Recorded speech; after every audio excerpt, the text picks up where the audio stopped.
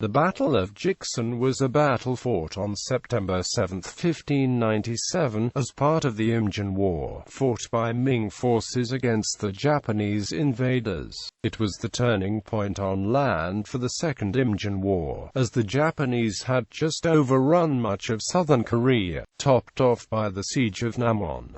Emboldened by the success, they moved towards the capital city of Seoul. Although the Korean and Ming sources cite the Japanese as being led by Kato Kiyomasa, it was in fact led by Kuroda Nagamasa under the command of Mori Hidemoto. Battle. According to the combined version of events recorded in the annals of Seoul.Although and the Kuroda Kafu, the Ming forces were ordered to defend the Seoul area under the orders from the administrator Yang Hao. Commander Ma Gui ordered 4 of his generals, Xi Sheng, Nui Boing, Zhang Dengshan and Po Gui, to lead an elite group of chosen cavalries, and decided to set up battle around the Jiksan area. Meanwhile, the forces under Kuroda Nagamasa were spearheading the Japanese forces northward. A small group of vanguard was sent out ahead of their forces, while the larger host under Mori Hidemoto was marching about a day behind them. The Japanese scouting party spotted the Ming forces. While at first the Ming forces thought they were Korean insurgents, the Japanese scouting party calculated that by retreating now they would be giving up the key positions around the area to the Ming forces. Thus they decided to open fire while notifying the main Kuroda forces.